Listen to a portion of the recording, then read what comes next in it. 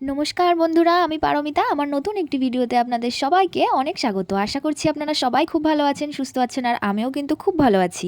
আজ সকালের জলখাবারে রুটি আর ফুলকপি আলু তরকারি বানাবো। আর এই রান্নাটা করতে করতেই চলুন আপনাদেরকে একটা গল্প শোনাই। আমার গল্পের নাম হলো মুক্তি। আরে আরে, গল্পের নাম শুনে পালিয়ে যাচ্ছেন নাকি? আরে 2 মিনিট দাঁড়িয়ে গল্পটা শুনে যান। এই গল্পটি থেকে আমাদের বাস্তব জীবনে অনেক কিছু শিক্ষণীয় আছে কিন্তু। তাহলে গল্পটা শুরু করা যাক। দেবর্ষী নারদ একদিন বনের পথ পার হচ্ছেন।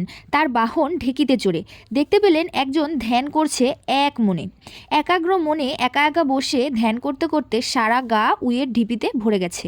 আর ধ্যানে বসেই নারদের গুনগুন গান শুনে তিনি স্মরণ করলেন আর বললেন, হে প্রভু, আপনি কোথায় যাচ্ছেন? নারদ উত্তর দিলেন, বৈকুণ্ঠে যাচ্ছি। সেই ধ্যানী আবার জিজ্ঞাসা করলেন, হে দেবর্ষী, বহুকাল ধরে আমি ধ্যানে আছি। এই উয়ের ঢিপি আমার সারা শরীরকে গ্রাস করেছে, কিন্তু আমার আর মুক্তি হতে কত দেরি।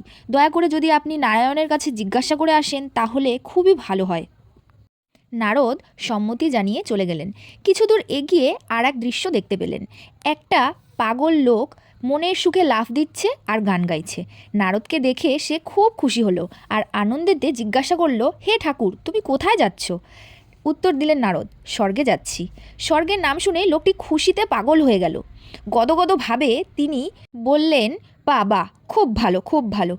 তা আমার কবে মুক্তি, এই কথাটা নারায়ণ ঠাকুরের কাছে জিজ্ঞাসা করে আসতে পারেন? তাহলে খুব ভালো হয়। নারদ ঘাড় নেড়ে সম্মতি জানিয়ে চলে গেলেন। অনেক দিন পর আবার সেই একই পথ দিয়ে নারদ ফিরছেন। হরিনাম হচ্ছে। উইয়ের ঢিপির মধ্যে থেকে ধ্বনি শুনে ধ্যানে থাকা ব্যক্তি নারদকে প্রণাম জানিয়ে বললেন, হে প্রভু, আমার কথা কি জিজ্ঞাসা করেছিলেন? তবে আমার মুক্তি পেতে আর কত দেরি? নারদ বললেন, ভগবান বলেছেন তোমার মুক্তি পেতে আর মাত্র 4 জন্ম বাকি। দেবর্ষীর কথা শুনে ধ্যানী অধৈর্য হয়ে আর্তনাদ করে বললেন, এতকাল আমি ধ্যান জপ করছি, আমার চারিদিকে উইয়ের ঢিপি হয়ে গেছে, সেটা ভগবান খেয়াল করেননি? তবুও ভগবান আমাকে এখনও মুক্তি দিতে 4 জনম বাকি। হে ভগবান! এই বলে দুঃখ পেতে লাগলেন।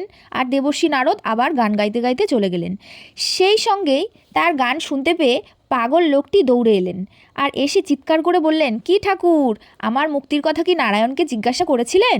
হ্যাঁ ভাই, জিজ্ঞাসা করেছি। পাগল লোকটি খুশি হয়ে বললেন, তবে মুক্তি পেতে আমার আর কতদিন লাগবে গো? দেবর্ষী নারদ বলে উঠলেন, ওই যে তোমার সামনে পাতা ভর্তি তেঁতুল গাছটা দেখতে পাচ্ছ?